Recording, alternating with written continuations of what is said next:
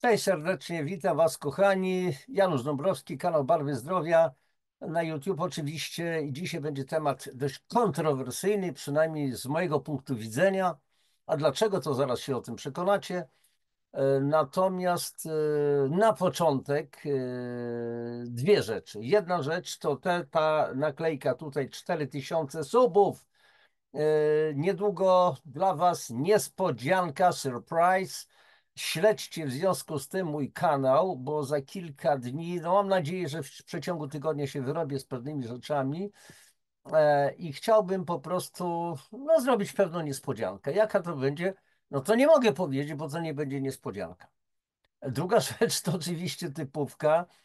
Kochani, no właśnie taki temat dzisiaj, zamach na aloes. Rozkminimy sobie ten temat dzisiaj.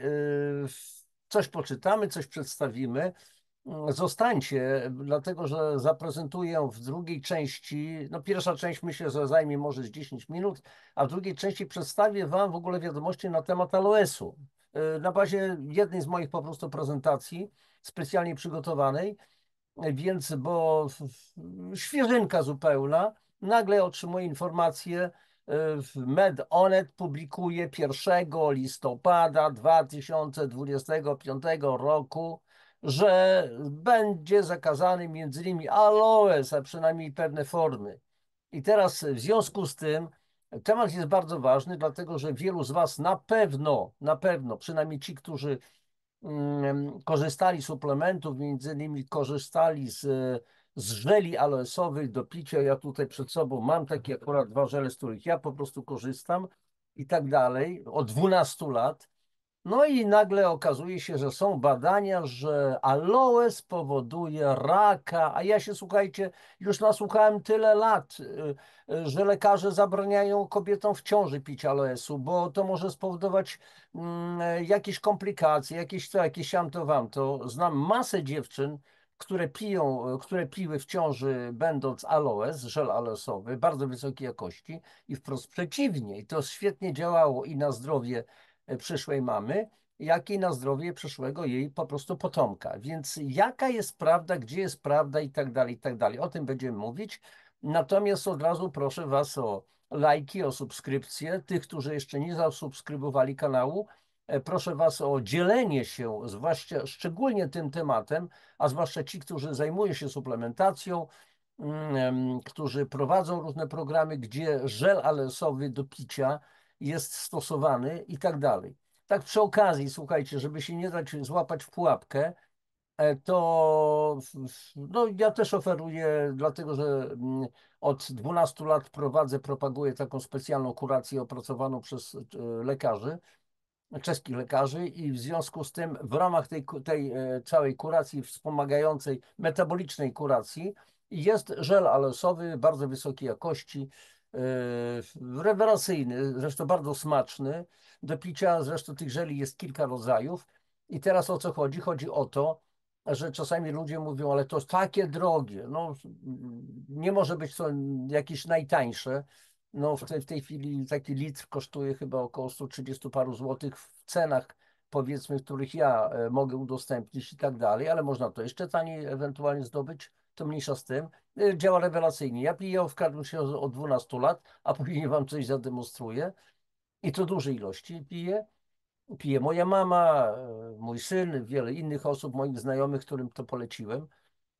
I teraz chodzi tylko o to, że niektórzy mówią tak, no zamówili, czasami gdzieś tam dostali raz, później zrezygnowali, mówią, nie, nie, to ja dostałem w aptece 100% sok aloesowy, ale proszę pana, za 17 zł. Ja mówię, a co to znaczy sok, 100% sok aloesowy? Co to jest? Na przykład 5 lub 3% czystego żelu aloesowego, gdzie na przykład w takiej butli to macie, kochani, na przykład 91, 89% czystego żelu aloesowego, ale wracam do tego, więc 3 do 5% czystego żelu, do tego masa wody i do tego z 1-2% różnych innych składników i mamy 100% sok aloesowy. Tak, to jest 100% sok, zgodnie z, kochani, po prostu z definicją producenta i sprawa załatwiona. No i ktoś mi mówi, miałem takie przypadki, ale proszę pana, to tutaj powiedzmy 120 parę, 130 parę, ja mówię, to i tak macie ceny, które ja wam udostępniłem, a nie 30% drożej ceny netto moglibyście zapłacić. Absolutnie. A tu za 17 złotych tanie mięso psy jedzą, jak to się mówi, więc trzeba pewne rzeczy rozumieć. Dobrze, ale kochani, przechodzimy do rzeczy, udostępniam ekran. No i mamy nowinkę, super nowinkę. Uwielbiam, powiedzmy, kontrowersyjne tematy, ale rzecz jest bardzo poważna, dlatego że dochodzi do manipulacji. Posłuchajcie, zaraz to wyjaśnię. Modny i popularny składnik suplementów będzie surowo zakazany. Stwarza ryzyko raka. Główny inspektor sanitarny zdecydował o zakazie, niejaki doktor Grzesiowski w ogóle, zadecydował o zakazie stosowania ekstraktu z liści aloesu w suplementach diety. Uwaga, ekstrakt z liści aloesu. Trzeba wiedzieć, co to jest. I teraz, kochani, ale zaraz dokończę. Decyzja ta została podjęta po analizach przeprowadzonych przez Zespół do Spraw Suplementów Diety przy Radzie Sanitarno-Epidemiologicznej. Zakaz wpisuje się w unijne regulacje, które wcześniej objęły preparaty zawierające pochodne hydroksyantracenu. I teraz jest tylko sprawa taka, co ci ludzie z tego całego zespołu do spraw suplementów diety przy Radzie Sanitarno-Epidemiologicznej mogą wiedzieć o substancjach, które na przykład żel aloesowy, czy w ogóle aloes jako roślina zawiera. To na razie zostawiam. Przypuszczam, że naprawdę niewiele. To są ludzie, którzy mają klapy na oczach i niewiele wiedzą, bo ja wielokrotnie się z takimi ludźmi, z tego typu ludźmi albo z lekarzami się spotykałem. Nie mają zielonego pojęcia, tylko bazują na pewnych takich i szczątkowych informacjach albo na zwyczajnej plotce, bo ktoś powiedział, że nie wolno kobiecie w ciąży pić aloesu. A pytanie, co to jest aloes? Aloes to jest przede wszystkim roślina. Teraz pytanie, ile jest odmian aloesu? Teraz jakie są produkty aloesowe? Z czego? W jaki sposób są wykonywane? Co zawierają i tak dalej, i tak dalej. No więc przechodzimy do rzeczy. Polskie władze sanitarne podkreślają, że, uwaga, związki obecne w liściach aloesu mogą stanowić poważne zagrożenie dla zdrowia. Komisja Europejska już wcześniej uznała te substancje za potencjalnie niebezpieczne i zakazała ich stosowania w żywności.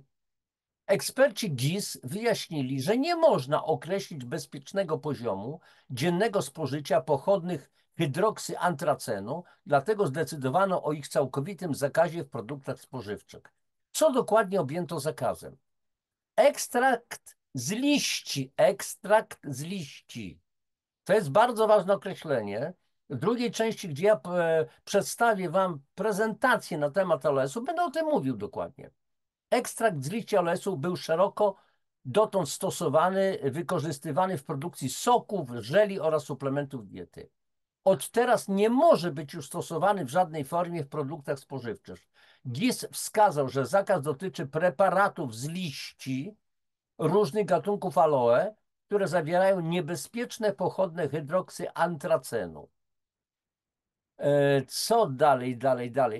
Z listy dozwolonych składników suplementów diety usunięto również inne substancje, takie jak chordenina, higenamina, ewodiamina, selektywne modulatory receptora androgenowego, SARMs itd. Podobnie jak pochodne aloesu, te związki mogą mieć toksyczny wpływ na organizm i nie powinny być obecne w żywności ani w suplementach. Dobrze, pięknie, ładnie. Rozwalimy ten temat. Na decyzję GIS wpłynęły wyniki badań Europejskiego Urzędu do Spraw Bezpieczeństwa Żywności EFSA. Eksperci EFSA ustalili, że ekstrakt z liści, pytanie co to jest liść, to trzeba od razu powiedzieć, oraz jego strukturalny odpowiednik dantron mogą wykazywać działania rakotwórcze. Dodatkowe analizy wykazały, że związki hydroksyantracenowe, takie jak emodyna i aloe-emodyna, mogą powodować uszkodzenia materiału genetycznego komórek, co zwiększa ryzyko mutacji DNA i rozwoju nowotworów. Ładnie. Strasznie to wygląda. Jak podkreślili eksperci GIS, ze względu na poważne skutki zdrowotne związane ze spożywaniem tych substancji oraz brak możliwości ustalenia bezpiecznej dawki dziennej, zdecydowano o ich wykluczeniu z żywności. Dalej, po ogłoszeniu decyzji GIS producenci suplementów diety zostali zobowiązani do wycofania ze sprzedaży wszystkich produktów zawierających ekstrakt z liści aloesu. Konsumenci powinni natomiast sprawdzić swoje domowe apteczki, kosmetyczki, ponieważ ekstrakt ten mógł być składnikiem preparatów odchudzających, oczyszczających lub wspomagających trawienie. Warto zaznaczyć, że zakaz nie obejmuje czystego aloesu. A co to jest, kochani, czysty aloes? Czy wy w ogóle w szerokiej masie, a ci, którzy nie musicie się na tym znać, jesteście w stanie określić, co to jest ekstrakt z liści, a co to jest czysty aloes? A więc warto zaznaczyć, że zakaz nie obejmuje czystego aloesu stosowanego, uwaga, w kosmetykach pielęgnacyjnych. A dlaczego w suplementach diety nie? Eksperci jednak zwracają uwagę, że nie każda forma tej rośliny jest bezpieczna do spożycia. I to będzie wszystko na tyle. I teraz, kochani, zatrzymuję na razie udostępnienie. No śmiech mi czysty ogarnia, dlatego że jest tutaj tyle nieporozumień, manipulacji. Dlaczego? Dlatego, że ogromna większość konsumentów, ja już od razu wiem, bo mieliśmy takie przypadki, jak się dowie, że na przykład polecamy do picia żele aloesowe chociażby, ale proszę pana, przecież GIS zabronił. To jest rakotwórczy produkt. I nawet zaczną sobie kojarzyć różne rzeczy, że jak ktoś nagle po prostu zachorował na nowotwór, a nagle na nowotwór się nie choruje, bo rozwój nowotworu, kochani, to jest co najmniej 10 lat, często 7-8 w niektórych przypadkach, a często nawet do 20 lat. A dzisiaj mamy do czynienia z turbonowotworami, nagłymi, nie zachorowaniami, tylko nagłym postępem rozwoju nowotworu. To co oznacza to? Że ci ludzie pili żele aloesowe, które spowodowały nagły rozwój nowotworów?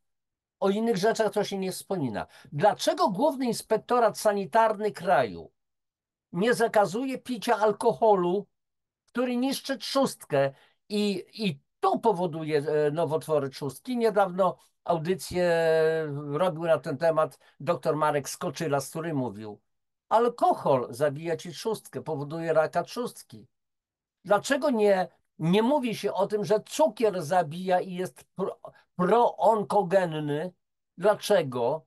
Bo cukier to żywność, a żywność to jest zdrowa. A w hipermarketach mamy stoiska z żywnością i specjalne stoiska ze zdrową żywnością. To jak mamy stoisko ze zdrową żywnością, to co jest na tych innych stoiskach? Hipokryzja, manipulacja, kłamstwa, kombinacje alpejskie, tak prawdę mówiąc. Dlaczego się nie mówi, że dzisiaj, będę zresztą robił specjalną audycję na ten temat, stosuje się tyle różnego rodzaju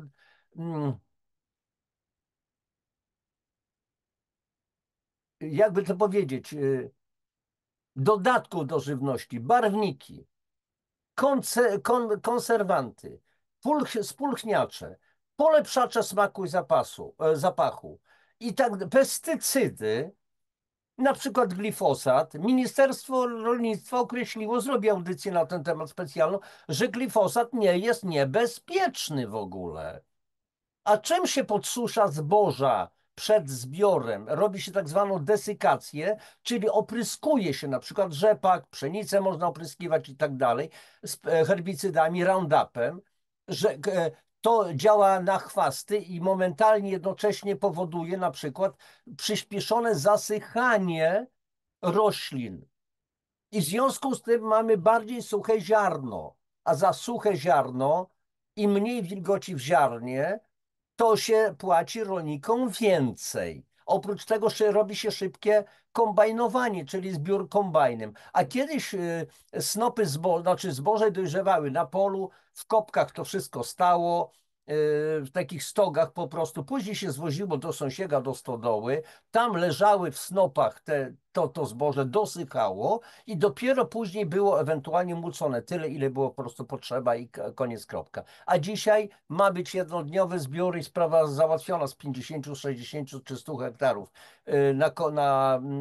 Wpuszcza się na pole kombajny, szybkie młócenie, wszystko ma być szybko i tak dalej, i tak dalej. Ale to się odbywa kosztem nas. Dobrze. To tyle, kochani, na temat tego zakazu GUS-u. A teraz, kochani, najpierw troszeczkę wody. A teraz, kochani, żeby nie było, że tutaj coś reklamuję, jeden żel aloesowy, taki specjalnie akurat chodzi o stawy z dodatkami na stawy, drugi z krzemem z pokrzywy i tak dalej, i tak dalej. I teraz te dwie butle sobie mieszam, wypiję wasze zdrowie i zdrowie głównego inspektora sanitarnego. Tu nalałem dobrze, jedna, połowa szklaneczki i codziennie ja to robię. I teraz, kochani, z drugiego, proszę bardzo, czyli 250 ml. Znam dziewczyny, które piły te żele aloesowe po 200 ml dziennie.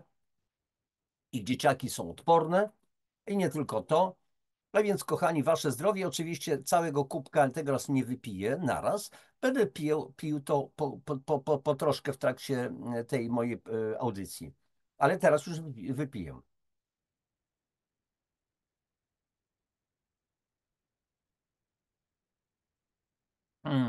Smaczny. A przy okazji jednak wypiję to do końca. Wasze zdrowie.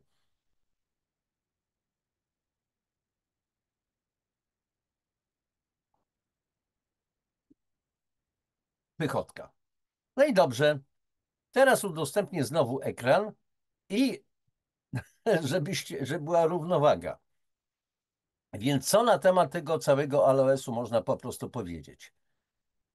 Kochani, specjalnie mówię, przygotowana prezentacja o królu aloesie. Cóż to jest za roślina? No więc zobaczmy, co to jest za roślina. Aloes to jest przede wszystkim bylina z rodziny liliowatych. Występuje 275 gatunków aloesu i spośród tych gatunków odkryto 29 roślin mających właściwości lecznicze, a więc na przykład aloe ferox, aloes uzbrojony, aloes arborescens, a więc drzewiaste, aloe chinensis i tak dalej, i tak dalej. Tych rodzajów aloesu jest dużo, natomiast najczęściej wykorzystywanym w lecznictwie i produkcji suplementów jest aloe vera linne od linne usza, który sklasyfikował, albo inaczej aloe vera barbadensis Miller od nazwiska naukowca, który badał również aloes. Piękna, cudowna roślina, potężne liście i tak dalej, i tak dalej. I w starożytności w celach leczniczych aloes wykorzystywali Sumerowie, Egipcjanie, Persowie, Grecy, Macedończycy, Rzymianie, Fenicjanie, Hebrajczycy, Arabowie, Chińczycy i wiele innych nacji. Używany był do leczenia ran, do balsamowania zwłok, do wyrobu farb i jako silny środek przeczyszczający. Ale przy pewnych wskazaniach. Ci starożytni wiedzieli, jak to zastosować. Że aloes jako roślinę. Zresztą zaraz będziemy o tym mówić. Tu jest taka ciekawostka, bo okazuje się, że pochwała zalet aloesu w medycznych pismach była w pismach Hipokratesa, Arystotelesa, Dioskurydesa, Antylusa, Aratecesa, Pliniusza Starszego, Celsjusza, Galena, Avicenny, Alkindi, Ibn al-Bajtara, Paracelsusa. To byli starożytni po prostu lekarze. Można było powiedzieć dzisiejszym językiem bardzo znani wówczas naukowcy, cieszący się ogromną sławą po prostu w swoich społeczeństwach. Jeszcze jedna ciekawostka. Otóż Aleksander Wielki, Macedoński, wyprawiając się na Persję do wojny z królem Dariuszem, wiedząc, że oczywiście to jest wojna, a wojna czego wymaga, co powoduje, to są rany, to są choroby i tak dalej, więc wiedział, że jego lekarze, a miał świetnie rozwiniętą logistykę medyczną, będą potrzebowali remediów do leczenia ran, do leczenia chorób. Takim remedium był aloes. Okazało się, że w pobliżu Półwyspu Arabskiego jest wyspa Sokotra z ogromnymi naturalnymi plantacjami aloesu. Więc jako, że Aleksander Macedoński podejmował szybkie decyzje, więc się nie wahał. Zamiast kupować ewentualnie jakieś specyfiki od miejscowej ludności, po prostu zdobył wyspę Sokotrę ze względu na obfitość aloesu niezbędnego dla armii. Rozstrzygnął to po swojemu. Następna ciekawostka. W 1862 roku pewien niemiecki, ówczesny powiedzmy naukowiec, Georg Ebers, odkrył staroegipskie dzieło medyczne. Nazwano później to staroegipskie dzieło medyczne papirusem Georga Ebersa. Możecie to wygooglować, sprawdzić, czy mówię prawdę, czy też nie. Ten papirus pochodził z około 1550 roku przed naszą erą i zawiera między innymi 12 formuł mieszania aloesu z innymi lekami stosowanymi w leczeniu różnych chorób. A więc znowu dowód, że w ogóle aloes jako roślina lecznicza jest najlepiej przebadaną pod względem terapeutycznym rośliną świata. Następna ciekawostka. Wracam do Linneusza. Nazwy aloe vera, czyli aloes prawdziwy, po raz pierwszy użył do opisu rośliny Karl von Linne, czyli Linneusz, w 1720 roku. Nazwą naukową jest dzisiaj aloe vera linne. Używa się także, jak mówiłem, terminu aloe vera barbadensis Miller. I teraz, co to znaczy aloes? Z języka arabskiego kwaśna, świetlista substancja. Wiecie doskonale, że w krajach arabskich często się używa przedrostka al. Al-os, alfabet, alkohol. To są wszystko słowa pochodzenia arabskiego. A więc aloes, kwaśna, świetlista substancja. Lilia pustyni, zielony lekarz, roślina nieśmiertelności. Lekarz doniczce, bo Kolumb wyprawiając się do przyszłego odkrycia Ameryki zabrał ze sobą całe donice aloesu. Królowa roślin leczniczych, cichy uzdrowiciel, błogosławieństwo niebios, kadzidło święte, eliksir długiego życia, lekarz z nieba, drzewo Jezusa, harmonijne remedium, roślina, która leczy wszystko. Niesamowite poezja, licencja poetyka. Dużo, między innymi Ayurveda hinduska zaleca stosowanie aloesu, czyli składników aloesu jako remedium. Medycyna chińska i tak dalej, i tak dalej. Momencik, nie chce mi się przesunąć slajd. Gdzie występuje aloe vera linne, czyli ten szczególny jeden gatunek aloesu? To jest Afryka, Europa, w Hiszpanii, Ameryka Środkowa, czyli w Stany Zjednoczone są plantacje w Teksasie, w Arizonie, na Florydzie, w Meksyku, na Antylach, Barbados, wyspa, w Azji, w Indii, Ceylonie, Filipinach, Tajwanie, w Australii. I zajmijmy się najpierw budową liścia aloesu, a więc zobaczcie. Jest przede wszystkim, jeżeli taki liść przekroimy, to przede wszystkim ono oczywiście ma skórkę i ma wewnątrz czysty żel aloesowy. I tu kryje się ta cała sprawa, o co jest oskarżany aloes. Bo teraz zauważmy, jeżeli mamy liście, to się pozyskuje przede wszystkim, kochani, z liści, z całych grubych liści, tych, które są obłamywane, które są dojrzałe, w specjalny sposób, przy pomocy specjalnych noży, filetuje się miąższ, żeby uzyskać czysty miąższ.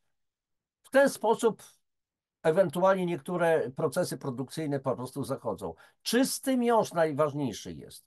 I teraz, jakie są surowce pozyskiwane z aloesu? Przede wszystkim alona, czyli galaretowany i jasnozielony miąższ wyodrębniony z wnętrza liści i nie można liścia uszkodzić, bo jeżeli się uszkodzi, na przykład przycinając nożem, to z tego liścia, ze skórki liścia może wydobywać się tak zwana aloina, o której zaraz będziemy mówić i inne składniki, które mogą zanieczyścić alonę. I drugi surowiec, pulpa aloesowa, to jest miazga składająca się z miąższu, czyli z alony wymieszanego ze skórką liści. I teraz jest pytanie, no dobrze, ale o co chodzi? Otóż topowe firmy, które oferują do sprzedaży żele aloesowe pitne i najwyższej jakości, czy to suplementy, czy to produkty kosmetyczne, wszystko wykonują, wszystko przygotowują z alony, czyli jeszcze raz powtórzę, z tego galaretowego, jasnozielonego miąższu, który nie może być skażony aloiną albo ani innymi po prostu składnikami, które mogą znajdować się w skórce liści. Natomiast oczywiście są również firmy, które skupują pulpę, czyli resztki liści, same liście, tą zieloną część, jest wypłukiwana cała reszta alony, odrobinę tego miąższu, ale to się miesza jednocześnie z innymi składnikami. I dopiero ta pulpa alesowa, która może służyć jako dalszy substrat do wytwarzania czy to suplementów, czy też do kosmetyków, może być skażona dodatkowymi substancjami, które niekoniecznie mogą dobrze działać na przykład na nasz organizm. I teraz ta alona i pulpa alesowa zawierają różnego rodzaju glikozydy, ale znajdujące się wyłącznie w skórce liści. To znaczy, alona jest czysta, jest miąższem. Natomiast oczywiście, jeżeli zostanie ta alona, czyli miąższ, skażona po prostu substancjami w wyniku wycieku ze skórki liści, no to może zawierać różne te glikozydy i te glikozydy w naturze chronią one roślinę, aloes, przed szkodnikami, insektami, zwierzętami. I do tych glikozydów należy aloe emodyna, barbaloina i aloina. Żółta, gorzka ciecz wypływająca właśnie z kanalików liści, czyli z tych zielonych części. To, co tutaj widzicie, tą aloinę można suszyć. Oczywiście aloe emodyna i barbaloina również są wykorzystywane w medycynie, tak prawdę mówiąc, łącznie z aloiną. I teraz tak jak mówiłem, te trzy składniki, a zwłaszcza aloina, mogą powodować różnego rodzaju reakcje obronne. Jakie? Przede wszystkim odczyny alergiczne, na przykład świąt po posmarowaniu skóry miąższem z zawartością aloiny.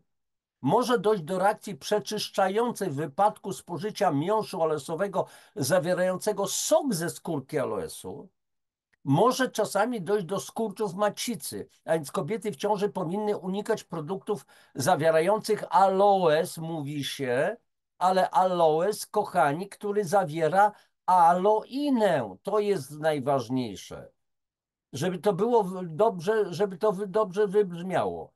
I aloina jest wykorzystywana jako substancja przeczyszczająca, drażni śluzówkę jelit, wzmagając ich perystaltykę i jest to substancja lecząca zaparcia. Więc jeszcze raz powtarzam, jeżeli jakiś suplement czy kosmetyk będzie zawierał aloinę, więc może dojść do różnych przypadków. Więc faktycznie kobiety w ciąży muszą wiedzieć dokładnie, co stosują, jakiego rodzaju żele pitne, czy jakiego rodzaju kosmetyki i tak dalej aloesowe. Z alony, czyli z tej galaretowatej substancji czystej, nieskażonej niczym, po filtrowaniu węglowym lub kilkakrotnym płukaniu i wyciskaniu, uzyskuje się żel aloesowy pozbawiony gorzkich związków, tych glikozydów. Czyli nie ma tam aloiny, nie ma barbaloiny, emodyny i tak dalej. Czyli żel aloesowy, czysty żel aloesowy nie powoduje żadnych reakcji alergicznych i nie jest trujący. Kompletnie. Trzeba o tym wiedzieć. Natomiast masa tak zwanych ekspertów albo lekarzy z pełnym szacunkiem dla ich wiedzy nie ma zielonego pojęcia o aloesie na przykład, albo o wielu innych suplementach diety, dlatego że o tym się oni nie uczą na studiach medycznych, a co najwyżej usłyszą coś tam, przeczytają, że nie, aloesu nie wolno stosować i tak dalej, i tak dalej. Więc to jest, wiecie, manipulacja. Teraz, jakie są metody przekształcania gęstego żelu w pitny, smaczny sok? O, taki jak tutaj. No sobie poleję jeszcze raz. Jak widzicie, proszę bardzo, wasze zdrówko,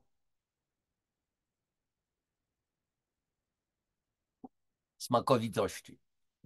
A więc podgrzewanie, pasteryzowanie, ale dobre firmy tego nie stosują, bo chodzi o to, żeby nie było oddziaływania wysokiej temperatury. Dodawanie celulazy, enzymu rozpuszczającego żel i przekształcającego żel w sok lub długotrwałe ubijanie mechaniczne bez obróbki cieplnej czy chemicznej. I to jest najlepsza po prostu sprawa. Jakie są składniki aloesu? Kochani, to jest żel aloesowy to jest potęga. Woda to jest po pierwsze 96%, ale substancje mineralne, wapń, magnez, fosfor, cynk, sód, żelazo, mangan, potas, chrom, miedź, german, selen, witaminy C, E, wszystkie witaminy z grupy B, w tym witamina B12, kwas foliowy, czyli witamina B9, inaczej folacyna, beta-karoten. Beta-karoten, czyli jest to prowitamina, z której dopiero zostanie wykształcona witamina A. 9 z 10 podstawowych aminokwasów dietetycznych, 6 nienasyconych kwasów tłuszczowych, 13 enzymów i inne po prostu, jeszcze dodatkowo ligniny, które umożliwiają bardzo głęboką, słuchajcie, penetrację wszystkich składników aloesu w głąb organizmu. A więc jeżeli stosujemy na przykład na skórę, to ze względu na obecność lignin, wszystkie inne substancje dzięki tej ligninie, która ma możliwości głębokiej penetracji, są również transportowane. Jeżeli pijemy żel aloesowy, to dzięki też ligninom wszystkie inne substancje się znacznie lepiej po prostu wchłaniają. Substancje oczywiście prozdrowotne. Dalej. Substancje działające przeciwbólowe, substancje o działaniu przeciwzapalnym. Są bardzo ważne tak zwane cukry, inaczej cukrowce. Glukoza, fruktoza, mannoza, polimannoza, glukomannoza oraz grupa mukopolisacharydów, na przykład tak zwanych acemannan i glukomannan. Dwa najważniejsze związki obecne w żelu aloesowym, acemannan i glukomannan.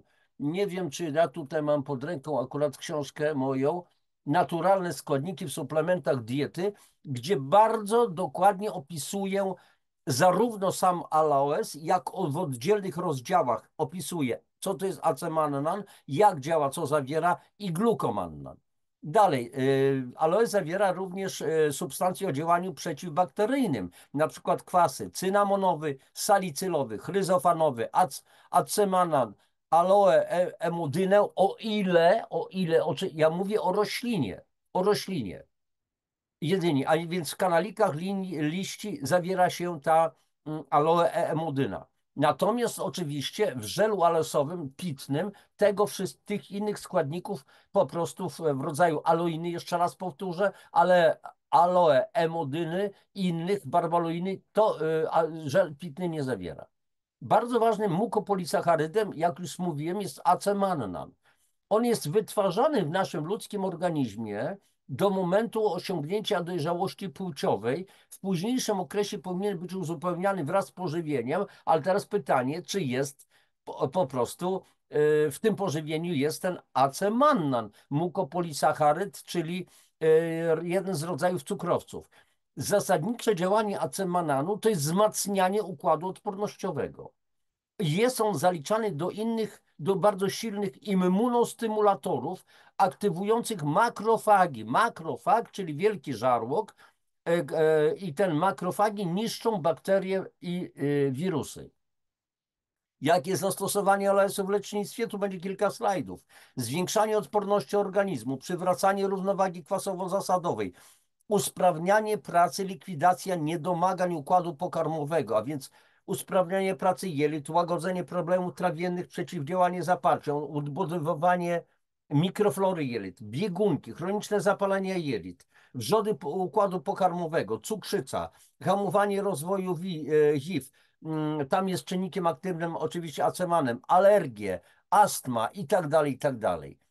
Dalej, właśnie ta wspomniana astma, bezsenność, zespół napięcia przedmiesiączkowego, choroby wątroby, nowotwory, hamowanie wzrostu komórek nowotworowych oraz aktywowanie wzrostu i biologicznych funkcji komórek zdrowych. Kochani, i dzisiaj się mówi, zgodnie z zarządzeniem GIS-u, że aloes powoduje nowotwory. Ale jaki aloes? O czym mowa? Cała roślina? Czy jakieś fragmenty? Konkretnie co? I teraz do przeciętnej pani Kowalskiej, pana Kowalskiego dociera informacja, aloes powoduje raka. Tyle innych, czyli tyle czynników jest powodujących raka, włącznie ze stresem, z cukrem, z wieloma innymi rzeczami, z chemią, którą nam podają, w pestycydach, które pijemy w wodzie i zjadamy w produktach do jedzenia, bo nie w żywności. I nagle aloes stał się winny. Wymyślili. Dobrze. Nadciśnienie, paradontoza, infekcja układu moczowego, obniżanie poziomu LDL cholesterolu, przywracanie równowagi między HDL, czyli tym tam zwanym dobrym cholesterolem i LDL, złym cholesterolem, chociaż to jest to pojęcie bardzo niemądre, tak prawdę mówiąc. To jest manipulacja w ogóle. Nie ma czegoś takiego jak zły czy dobry cholesterol. Cholesterol, składamy się między innymi nasze mózgi składają się z cholesterolu, błony komórkowe składają się z cholesterolu. Tylko pytanie, dlaczego czasami organizm zwiększa ich produkcję tego cholesterolu? No jeżeli mamy naczynia krwionośne, na przykład w rozsypce, bo następują mikropęknięcia tych naczyń, wielokrotnie w moich audycjach o tym mówiłem, to wątroba i nie tylko wątroba zwiększa wytwarzanie cholesterolu, żeby pozatykać jak pęknięcie na ścianie, jak pęknięcia na ścianie po prostu gipsem, pozatykać to. Ale z drugiej strony złem nie jest LDL cholesterol, tylko produkty jego utleniania. A dlaczego on się utlenia? Bo ten LDL cholesterol zaczyna być atakowany przez wolne rodniki, między innymi wolne rodniki tlenowe, i zaczyna się ten cholesterol utleniać i to jest dopiero złem. I jest to jeden z elementów blaszki miażdżycowej w naszych naczyniach. Ale teraz pytanie, dlaczego ten cholesterol się utlenia? Ano dlatego, że my nie mamy w sobie antyoksydantów. A żel aloesowy zawiera masę antyoksydantów. Poprawia stan naczyń. A dlaczego te naczynia są słabe? Bo nie dostarczamy witaminy A, E, C, nie dostarczamy wielu składników mineralnych, zwłaszcza krzemu, nie dostarczamy kwasów tłuszczowych omega-3, bo nie mamy w jedzeniu, w produktach do jedzenia. Więc musimy się wspomagać suplementami, kochani. Czy się to komuś podoba, czy się nie podoba. Tymczasem się okazuje, że aloes jest taki niebezpieczny. Bzdura nad bzdurami. Dalej. Infekcje, układu moczowego, mówiłem, zaburzenia krążenia krwi i tak dalej. Resztę sobie tutaj widzicie na slajdzie, bo ja akurat na dole, nie ukrywam, mam taką po prostu listewkę z pewnymi napisami, więc nie widzę wszystkich w tej chwili napisów. Dalej. Zaburzenia krążenia krwi, regulacja poziomu cukru we krwi, zapalenie oskrzeli, płuc, stany pogrypowe, reumatyzm, artrozy. Reumatyzm, czyli w ogóle cały konglomerat chorób z rodziny RZS, czyli reumatoidalnego zapalenia stawów. Dna moczanowa, czyli choroba królów, dawna podagra. Choroby narządu wzroku, krótkowzroczność, zwyrodnienie siatkówki, zmętnienie soczewki, zapalenie spojówek, rogówki tęczówki, zapalenie krtani. Dalej, kochani, łuszczyca, egzemy i to można stosować do wnętrza i do zewnętrza przy łuszczycy, przy stawach. Trądzik, przyspieszenie gojenia się ran, zmniejszanie się dolegliwości charakterystycznych przy gojeniu się ran, a więc swędzenie, obrzęki, bóle, oparzenia, w tym słoneczne i popromienne. Jeżeli spali sobie plecy na słońcu, bo chce się ładnie wyglądać i za długo będziesz na słońcu, słuchajcie, masz żel aloesowy pod ręką, nawet taki pitny, na rękę smarować plecy. Ewentualnie specjalne galaretki aloesowe, tu też nie mam pod ręką, bo używam, że to używam kosmetyków aloesowych bardzo wysokiej jakości. Mówię, mam prawie 72 lata, już dosłownie za 3 miesiące kończę. Mamy listopad, tak, listopad, grudzień, no tak, za 2 miesiące kończę. Nagrywam tę audycję, kochani, na początku listopada 2025 roku, a więc będę miał 72 lata.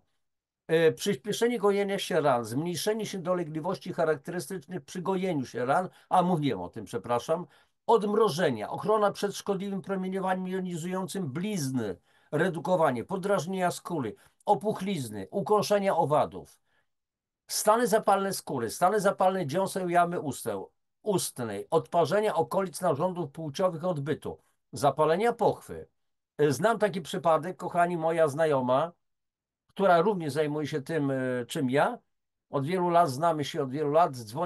Mieszka w Radomiu, ja mieszkam na Podlasiu i kiedyś dzwoni i mówi Janusz, słuchaj, bo ty wszystko dziewczynom powiesz, nie krępujesz się. Odkryłam coś bardzo ciekawego. Co takiego, Moniczko? No po prostu, wiesz co, byłam na basenie w Radomsku. Po kilku dniach swędzenie, gdzie, no ona to odpowiednio określiła, czyli swędzenie w pochwie po prostu. Sprawa załatwiona. I jakieś coś nie bardzo. I tak myślę, no trzeba iść do lekarza, ale zacząłem myśleć, co mogłabym po prostu zastosować, tak na cito, że tak powiem, spróbować przynajmniej. Wzrok padł na specjalną taką galaretkę lasową, jako kosmetyk stosujemy ją, taki żel skoncentrowany. Mówi, słuchaj, w ciągu 2, 3 dni kilka razy aplikacje na paluszek, po prostu ta galaretka do wnętrza, po prostu do pochwy. Było wszystko pięknie, ładnie, wszystko się po prostu zniknęło i sprawa załatwiona. Dalej, żylaki do picia, przede wszystkim żele. Odleżyny, neutralizacja nieprzyjemnych woni ciała, między innymi potu, odbudowa włosów, paznokci, pęknięcia skóry stóp, celulit. W odróżnieniu od jest celulitis, stan zapalny skóry, jest celulit, gromadzenie toksyn w komórkach tłuszczowych skóry. Stłuczenia, mówię o ukąszenia owodów i tak dalej, i tak dalej. I teraz, żele alesowe mają zastosowania farmaformacji. W jakiej postaci? W postaci na przykład tak zwanego hydrożelu, który zawiera rozpuszczoną lub zawieszoną w podłożu substancję czynną, czyli miąższ alesowy. I stosuje się takie hydrożele powierzchniowo na skórę, błony śluzowe, doodbytniczo, dopochwowo, do oka, nosa i tak dalej. I w przypadku ran też hydrożele chłoną wydzielinę rany, utrzymują stałą wilgotność rany, zapewniają prawidłową wymianę gazów, zapewniają odpowiedni odczyn kwasowo-zasadowo rany, chronią przed zakażeniami, są hypoalergiczne.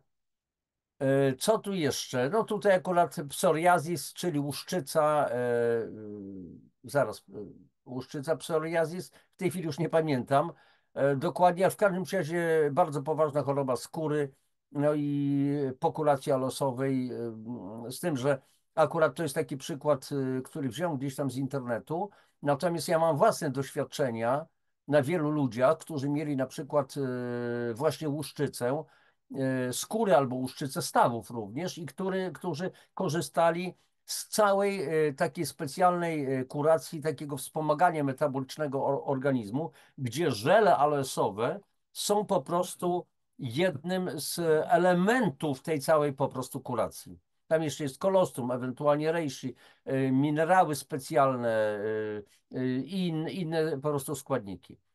Dalej, żel alesowy ma kapitalne zastosowania w kosmetyce, bo przede wszystkim zapobiega przesuszaniu skóry zapewnia doskonałe nawilżanie, dostarcza witaminy, minerały, pierwiastki śladowe, sprzyja rozwojowi komórek skóry i jej regeneracji, pobudza komórki skóry do produkcji kolagenu ze względu na ogromną zawartość składników w tym miąższu, w tej galaretce.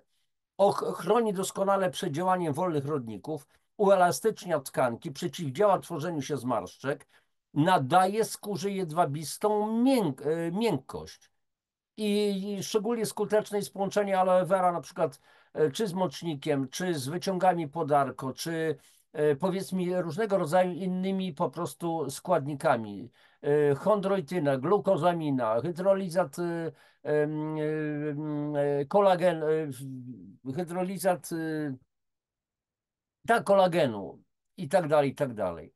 Z tym, że od razu mówię, żeby to wybrzmiało. Są pewne zastrzeżenia. Nie wszystkie suplementy zawierające aloes można stosować na przykład w chorobach wątroby, chorobach woreczka żółciowego, zapaleniu pęcherza moczowego, ciąży, krwotokach wewnętrznych. I teraz jest bardzo ważna sprawa. Czy te suplementy to są produkowane z czystego miąższu aloesowego, nieskażonego ani aloiną, ani aloe emodyną, ani barbaloiną i tak dalej? Bo jeżeli te suplementy są z pulpy aloesowej i mogą zawierać między innymi aloinę albo aloe emodynę i tak dalej, to wtedy mogą być faktycznie te problemy, o których ja tutaj mówię. Dlaczego akurat nie można zawsze stosować różnych preparatów aloesowych? Dlatego, że jest możliwość nieprzewidzianych reakcji organizmu na składniki zawarte w suplementach zawierających oprócz aloe vera ekstrakty innych roślin. I w tym zarządzeniu GIS-u była mowa o ekstraktach z liści. W przykładzie tutaj, o, tego co pokazywałem, piłem, ale to nie dotyczy akurat tej firmy, z której produktów ja korzystam, ale to dotyczy również wielu innych topowych firm suplementacyjnych, które wytwarzają żele alesowe. Więc te żele są wykonywane, jeszcze raz powtarzam, produkowane z czystego miąższu nieskażonego żadnymi innymi składnikami. Dalej, jaka może być przyczyna jakichś czasami problemów? Że duża aktywność substancji biologicznie czynnych, biostymulatory mogą na przykład spowodować, załóżmy, otwarcie się wrzodów jelit, doprowadzając do krwotoku z jelit i duża koncentracja substancji. I teraz jest uwaga taka, że jeżeli stosujemy żele alesowe do picia na przykład, a nie znamy jeszcze dokładnie pochodzenia, a nawet te o najwyższej jakości, to trzeba zaczynać od małych bardzo dawek. Co to oznacza mała dawka i w jakiej sytuacji? Im większy jest problem zdrowotny, ale zaznaczam, ja nie jestem lekarzem, nie zajmuję się leczeniem, więc my nie mówimy o leczeniu, tylko wyłącznie, kochani, o wspomaganiu metabolicznym organizmu. Ale w takim przypadku, im większy jest problem zdrowotny, tym od mniejszych dawek należy zaczynać. Co to znaczy mała dawka? Kochani, to znaczy, że na przykład 2 razy dziennie po łyżeczce maksymalnie lub po pół łyżeczce takiego żelu.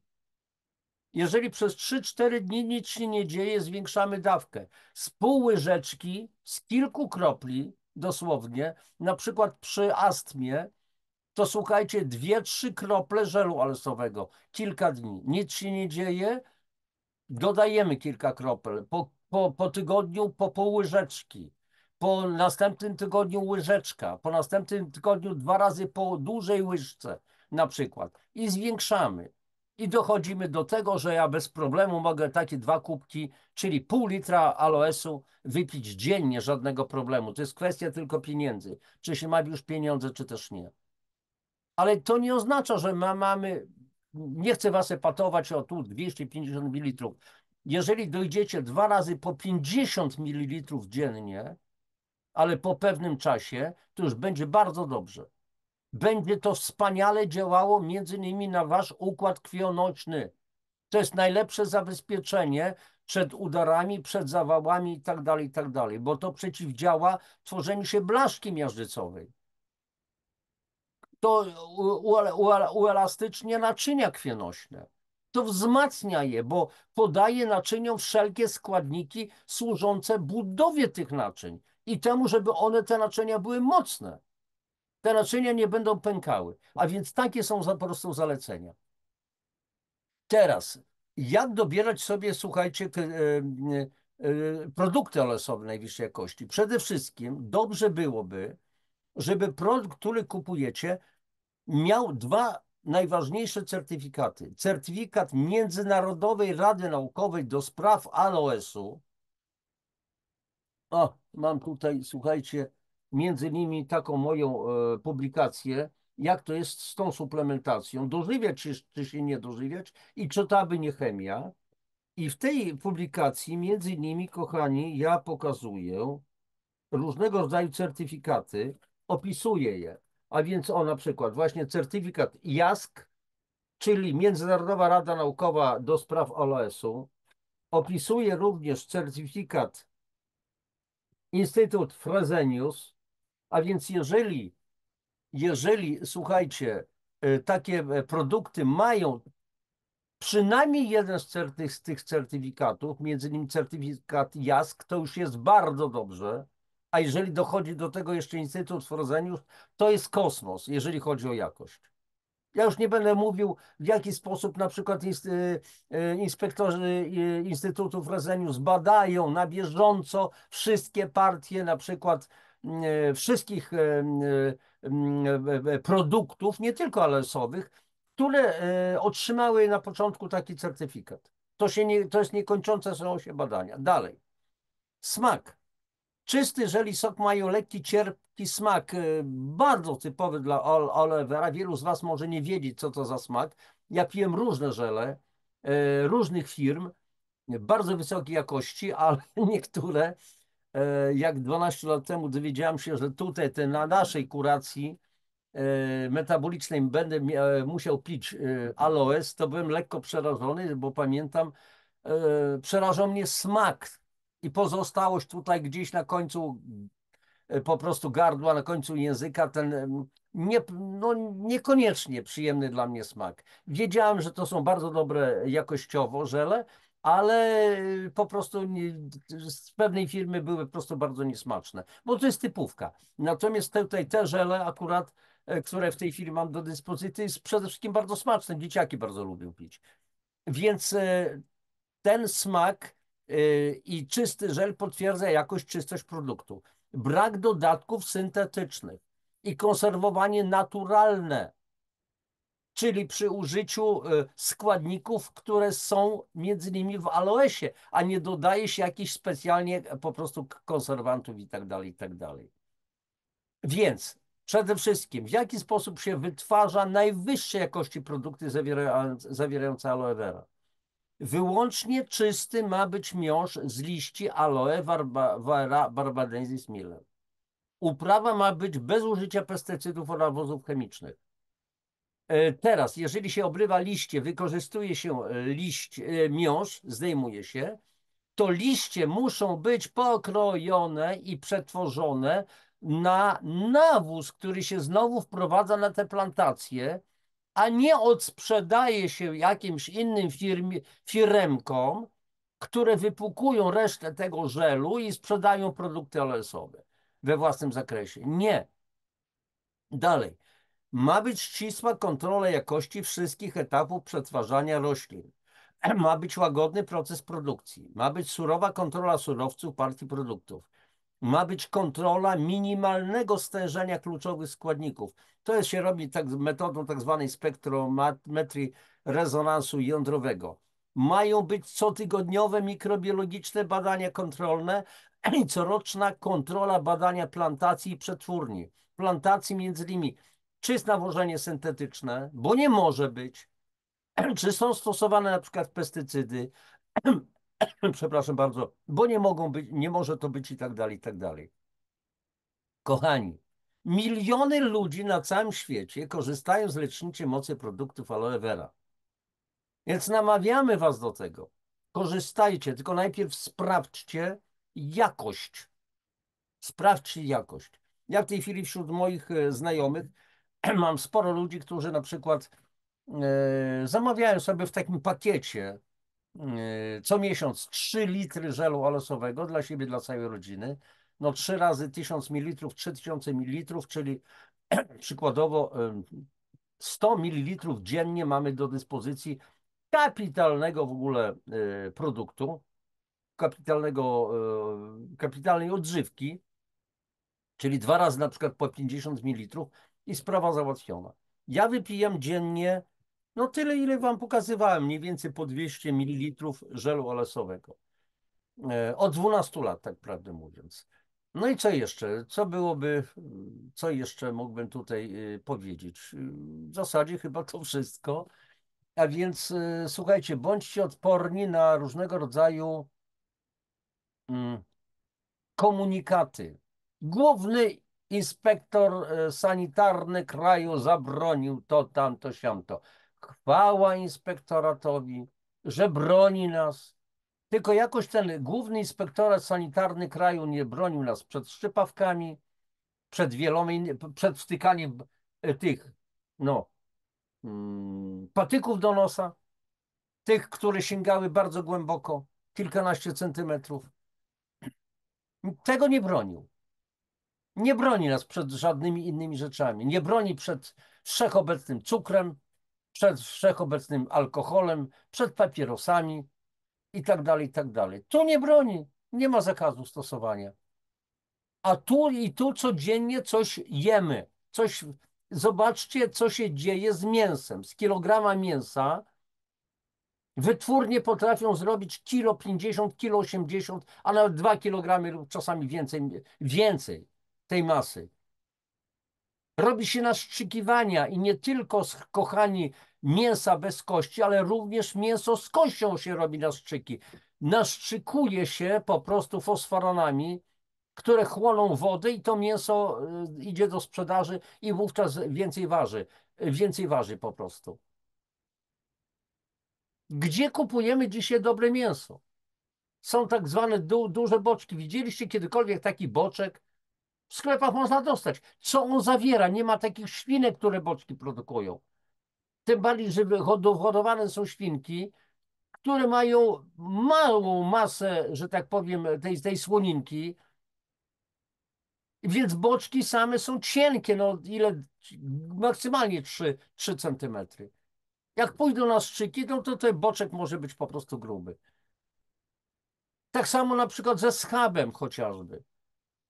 Jeżeli wyobrażacie sobie świnkę, przepraszam, o tym mówię, ale wielu z nas zjada mięso, świnka, która do uboju ma ważyć 110, może góra 120 kg, więc te schabiki są o takiej mniej więcej średnicy. Tymczasem, co widzimy w sklepie, takie schaby. Dlaczego? Jakimś cudem one się rozmnożyły? Napęczniały w sklepach? Nie. Po prostu się naszczykuje. Jeżeli taki schab na przykład w jakimś tam worku foliowym poleży dłużej, to widzimy później, że taka ciecz tam jest, bo to mięso traci ewentualnie te wszystkie, to wszystko, czym zostało naszczyknięte. Kochani, kończę już w tej chwili tą audycję na temat OLS-u, więc chodzi o to, żebyście byli mądrzy, żebyście dysponowali wiedzą, bo wiedza to nasza najlepsza po prostu broń. I tylko tyle. Wszystkiego wam dobrego życzę, jak zawsze. Dziękuję, że jesteście z nami. Pamiętajcie, śledźcie te moje audycje w przeciągu mniej więcej tygodnia, półtora. Chodzi o te 4000 subów, już się pojawiły. Szykuję dla was pewną szczególną niespodziankę. O tym jeszcze będę mówił gdzieś mniej więcej za około tydzień, półtora i myślę, że wielu z was będzie mogło skorzystać z tej niespodzianki. A teraz jeszcze raz proszę o lajki, o subskrypcję, o komentarze, o dzielenie się tym linkiem. Wstawcie, gdzie się tylko da, bo będzie po prostu klęska. Ludzie powiedzą, że aloes raka powoduje. Bzdura nad bzdurami i więcej nic. Najlepszego wam życzę. Do widzenia. Papatki.